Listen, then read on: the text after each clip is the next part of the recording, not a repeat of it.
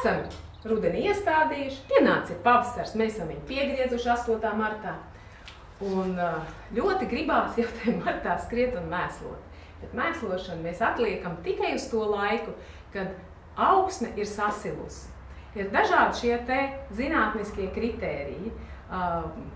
Dārznieki pateiks, tā tu nepareizi pateici, vai kad kopējā, kad diennakts summārā temperatūra ir 10 grādi. Es neputrošu jūsu galvu. Mīļie iesācēji, tas es stāstu jums iesācējiem. Ziniet kā, barojiet hortenzijas māja sākumā vai pašās aprīļa beigās, kad ir beigušies visi tie trakie augstumi. Ja? Tad, kad ir visas salnas, mums šogad arī bija drausmīgas salnas, tad mēs arī aiziem un sabarojam hortenzijas. Bet pirms mēs barojam hortenzijas, mums ir jānodrošina hortenzijām šis te ļoti nopietnais skābuma līmenis, kuram jābūt ir pH 4,5. Tas ir ļoti liels pH, ļoti skāba augsne. Un tie, kur saka, man tāpat ir sūna, man tāpat ir priedes, nevienmēr tas ir tiešām tā, kā tas ir. Tāpēc jūs vienkārši atrodat internetā, vai arī mēs arī uztaisīsim ļoti mazu video tikai par zemes skābināšanu, un faktiski mēs uztaisīsim, kā pārbaudīt zemi, augsnes skābumu. Jūs varat nopirkt, tas ir visvienkāršākais veids. Nē, jā, jūs varat dažniecības veikalos, kur ir akvārija veikalos, jūs nopērkat šo te komplektiņu, ja, un jūs pārbaudīsiet. Pārbaudīsiet pH līmenī. pH līmeni pārbauda ļoti elementāri, bet mēs paņemam to augsni, apmēram 15 cm dziļumā, sajaucam ar ūdeni 1:3, nostāvās apmēram 20 minūtes, un tad mēs iemaicam šo te lakmus papīrīti. Un iekrāsosies, ja, un mums ir vajadzīgs, lai mums būtu četrnieks, ja. Un rekā te, pēc tā četrnieka mums jābūt diezgan oranžam, teiksim, ja tāds, ja mums nedrīkst būt dzeltenai, ja, tai lapiņai. Ir arī, protams, mērītāji, bet ar tiem lētiem mērītājiem es arī neticu, ja, un ļoti daudz nepareizi viņus mēra, tur mēra no augšpusītes, un ja jums ir tie lētie mērītāji, tad viņus parasti ņem 3 un ņem vidēju. Nu tāds, ja. Bet mēs pārbaudām, lai būtu 4,5.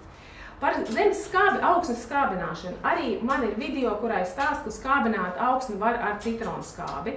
Tas arī ir labi, bet te, ka man saka, es visu daru pēc jūsu video un man viņas slikti tur zied tā tālāk, tad ziniet, ka vienreiz ar to citronu skābi jau nekāda jēga nav. Jums ir jāzina, cik ātri mainās jūsu pH līmenis zemē, un iespējams ir augsnes, kurās tas citronskābi jāliek katru nedēļu, diemžēl, jo viņš atgriežās uz sārmaino.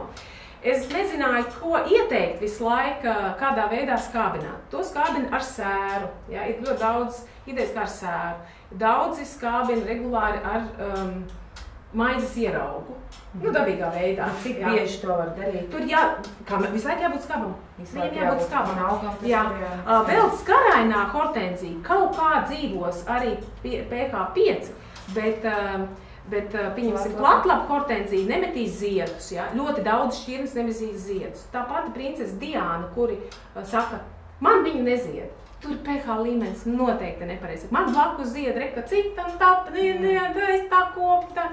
Maleči. Bet pH līmenis 100% nav pareizs, ja?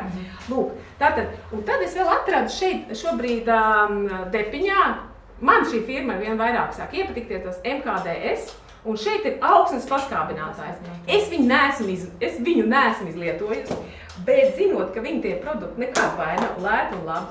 Starp citu, te iekšā arī viņš ir šitas te mērītājs, un te ir visas devas un viss pārējais, ja? Un šis te skābinātājs ir. Te lielas apraksta nav, kas tur iekšā, bet es pieņemu, ka tur ir kaut kas no sēra. Un ja jūs šo te skābinātāju izmantosiet gan krūmmelenēm, rododendriem, hortenzijām un jo sevišķi platlapu, es domāju, ka jums tas pH līmenis būs pareizs. Tātad, kad pH līmeni pats, mēs pārbaudam pH līmeni un nedēļu iepriekš, pirms mēs barojam, mēs uztaisam normālu pH līmeni. Kāpēc? Jo ja tas pH līmenis nebūs pareizs, viņa neuzņems nevienu vielu. Un jūs esat pabarojuši, jūtaties laimīgi, bet viņi saka, piedodiet, bet es neņēmu. Ja? Nu, lūk, mēs esam nodrošinājuši pH līmeni, un tad ļoti daudzi, protams, izmanto, mēs esam iemīļojuši visādus kristalonus, visādus kristalonus, kādi mums nu tik. Ja? Un tad sāka liet visi sāds. Protams, mums ir arī zilais kristalons, kas ir domāts rododendriem.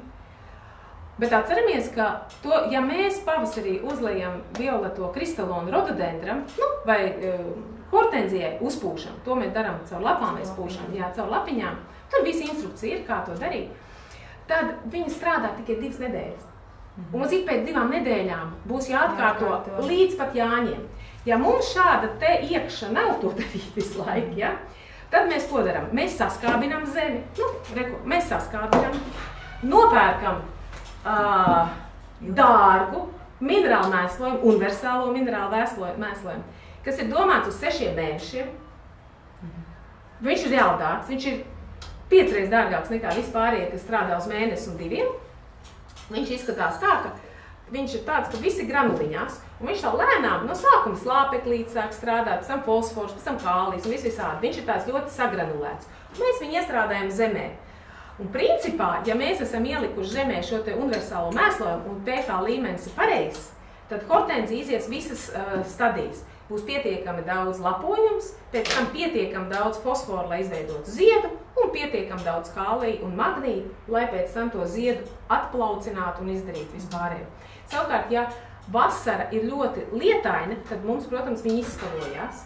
Un tik un tā, tad vasaras otrā pusītē mums pie tās hortenzijas tā kā būtu jāpieiet. Bet, teiksim, tas ir šis te universālais variants, kurā mēs varam 3 vai 6 mēnešu mēslojumus uzlikt pavasarī, pie noteikuma, kas kādas augsnē. Savukārt, jā, tātad mēs varam izdarīt šito te un visu. Šie nosaukumi ir dažādi. Tie parasti saistās vai nu osmokote, multikote, kortikote. Viņi ir iegādājumi parasti tikai labos dārzniecības veikalos, tādā kā Silja, Agrimatko.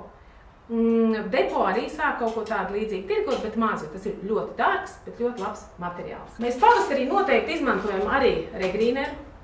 To mēs tā kā pie mēslošanas, ja? Mēs paņem teikarot uz 10 litri un saliejam, lai mūsu aknīte būtu spēcīga. Tātad pavasarī esam samēslojuši, saskābinājuši, viss ir labi. Un tomēr Jāņos mums pie viņām ir jāpienāk klāt. Un jāsaprot, ko mums darīt tenī brīdī, kāpēc Jāņos hortenzijas sāk veidot savas ziedgalvas, ja? Tas arī nav viens laiks, kurā viņi veido. Atkal es ļoti vispārīgi. Ir viens, kurš agrāk. Vienkārši tajā brīsniņā, kad ziedgalviņas vēl mazākā stadijā ir kā šī tāda, ja? Ka var redzēt, ka var redzēt, ka veidojas, tad viņām ir ļoti vajadzīgs fosfors. Un te ir tāds interesants moments, vai mums fosforu dot atsevišķi vai nedot atsevišķi klāt. Parasti ir tā, ka pavasarī uzliek universālo mēslojumu vai uzliek to pašu pāris reizes uzliek violeto kristalonu, un vasaras vidū aiziet ar dzelteno kristalonu, jo dzeltenajā kristalonā ir ļoti daudz fosforu. Tā ir otrais cipariņš, 40%, un mēs ar 2 nedēļu vai nedēļu intervālu uzlejam, uzpūšam caur lapām, ne uz ziediem, dzelteno kristalonu. Tas būtu tā kā pietiekami, bet tad vēl ir viens tāds mirklis, ja mēs redzam, ka mūsu hortenzijām viss tā kā veidojas tā galviņa, un viņai tā kā apakšā drusku brūns paliek. Tas ir rādītājs, ka mūsu augsne nav pietiekami nenodrošina magniju. Un, ja hortenzijai pietrūks magnijs un kālijs, tad viņa to pilno ziedējumu nedabūs gatavu. Tas notika arī mūsu dārzniecībā, un bija labais mēslojums, bet tā laistīšana bija tik traki liela, ka mēs izskalojām. Jā. Un Lindra ar to redzēja un visu, un tu vari mocīties un visu. Un tad ir, protams, mums jādod atsevišķi magnijs klāt un arī kālijs. Es skatos, ka šajā kristalonā ir diezgan daudz arī Magnijs mums ir, un cinks te arī ir, kas būtu būtisks, bet mangāns, magnija tad te nav. Nu labi, magniju to dam atsevišķi. Tāpēc rekā ir, redziet kā, es jau ar no galas nezinu, kas te iekšā ir. Sarkanais kristalons ļoti daudz kālijas, kas uz rudenes pusi šajā te augusta laikā ir vajadzīgs. Un ja mums tomēr parādās uz lapām kaut kādi pleķīši, ja apakšējā daļā kaut kādas dzeltenas lapiņas, ja, tas nozīmē, ka viņai tiešām jau trūks gan tas magnijs, gan tas kālijs pietrūks, ja tāds. Un visos ir nedaudz slāpeklīt, lai tas aktivizētu. Pareizi laikam būtu tad darīt tā, ka mēs ņemam kālija sulfātu, vienu dienu nopūšam ar kālija sulfātu, bet ne pa ziediem. Un ar... Bet var tikai pusi, nedrīkst tā vienkārši uzliet virsū? Var, bet tad viņš lēnāk iedarbojas. Visu, ko mēs lejam, viņš lēnāk iedarbojas. Ja? Un tas arī patiesībā, un to visu barošanu mums ir jāapstādina līdz augusta beigām. Pēc tam mēs to nevaram. Nu, lūk. Un uz rudenī tad ir jautājums, vai lietot kaut kādus rudens mēslojumus. Nu, ja jūs tur dārzam bērni, lietot tos minerālu mēslojumus, nu, rudens. Nu, var jau arī tajā hortenzijai uzbērt, bet ja visu laiku jūs esat barojuši tā un beigās ar sarkano kristalonu, tad nu, tā arī beidzam. Nopriecājamies ja, par to mūsu rudeni, izvērtējam savas kļūdas, ja, kā mēs esam, teiksim, nepareizi piegriezuši, kā mums ir sagāzies. Ja. Mēs novērtējam, vai mums ir pietikuši tās minerālnās, vai mēs novērtējam savu zemi, vai viņi ir spējīgi uzņemt pH līmeni pareizo. Ja. Mēs sākam lēnām pierast pie tā un gaidām, nogriežam pēc tam ziemā atkal galviņas un sagaidām atkal 8. marta 9. lai piegriez nākamajai sezonai. Šis ir pats elementārākais pamats hortenziju kopšanā, kas jums ir tikai jāsaprot. Visus atsevišķi šos te punktus jūs noteikti varat atrast vēl dziļāk un padziļinātāks, kā viņus saprast. Bet vienkārši jums ir jāzina pati elementārākā lieta. Stādot ir jābūt lielai bedrei un bagātīgam un skābai videi, bet bagātīgai, garšīgai, gaļīgai videi, tādai ir ko ēst. Un jābūt ūdenim. Otrs moments. Mēs iestādām, tātad barošanu mēs zinām to, ka ja mēs pareizi iestādām, tad mēs tur tā kā viņu nebarojam, tikai nākamajā gadā tā kārtīgi barojam, vai ne?